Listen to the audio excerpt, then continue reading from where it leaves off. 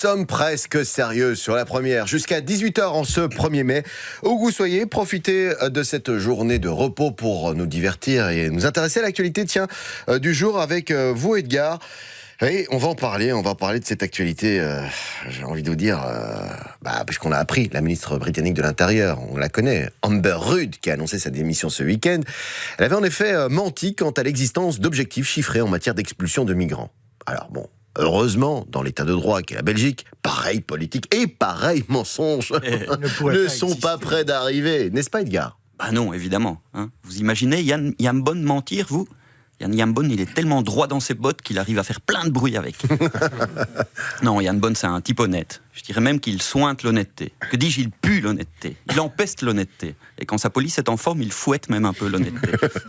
D'ailleurs, il paraît que quand notre ministre de l'Intérieur se réunit avec Theo Franken et Charles Michel, Didier Reynders s'appelle ça chaque fois Yambon, la brute et le truc.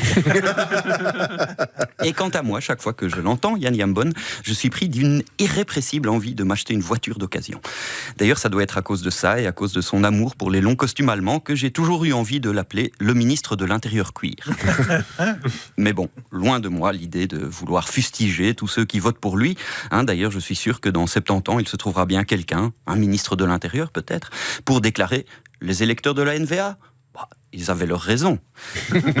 Alors oui, je sais, je fais des comparaisons vaseuses et c'est un peu idiot de vouloir mettre tous les électeurs de la NVA dans le même sac. Bah oui, il sera jamais assez grand le sac.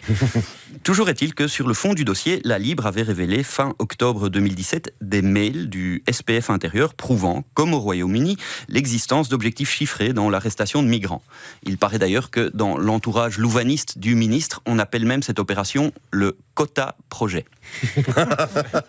Ce qui est ballot, c'est que quelques semaines plus tôt, quand il avait été interrogé à la Chambre sur l'existence de ces mêmes quotas, Yann Yambon avait farouchement nié, ajoutant qui plus est, je cite, que c'est même idiot de penser cela. Une phrase d'ailleurs un peu plus précise que le slogan habituel de la NVA qui, comme vous le savez, est « c'est idiot de penser ». Alors, quand on compare la Belgique et le Royaume-Uni, devant deux situations aussi parfaitement parallèles, on a envie de demander la démission de Yambon, c'est quand ? C'est quand parallèle ? Je savais que...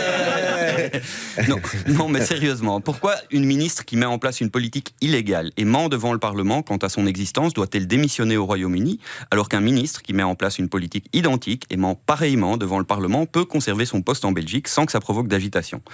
Je sais pas trop, et je vous avoue que ça m'inquiète un peu quant à la décrépitude de notre état de droit, mais je suppose que puisque les parallèles se rejoignent à l'infini, Yann Yambon ne devrait pas tarder à annoncer sa démission pour la fin des temps. Ouais. Parce que, comme on dit à la NVA, on ne peut pas tromper 1000 fois la même personne, sauf si c'est Charles Michel.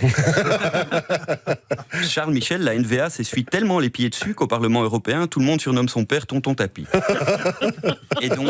Et donc, la seule explication que je vois au fait que Yambon soit encore en place, malgré l'accumulation de preuves, c'est que pour les ministres NVA, Charles Michel a donc décidé d'instaurer, au 16 rue de la Loi, une zone de basse démission. Vous vous souvenez sûrement que Jean-Pierre Chevènement avait déclaré, il y a maintenant presque 30 ans, un ministre, ça ferme sa gueule ou ça démissionne. Là, moi, j'ai envie de dire à Yann Yambon qu'il ne faut pas nécessairement prendre cette phrase au pied de la lettre et qu'il ne doit pas se sentir absolument obligé de choisir entre ces deux excellentes options. En plus, ce qui est pratique avec l'incertitude quant à la prononciation de son patronyme, c'est que ça permet de forger deux slogans d'un seul coup. Yambon démissionne, Jean-Bon démission. Ça fait déjà des calicots en ce 1er mai. Ouais. Et si on mettait tout ça à la machine ? Transition. Alain Souchon, c'est pour Mathieu. Et qu'on se met un petit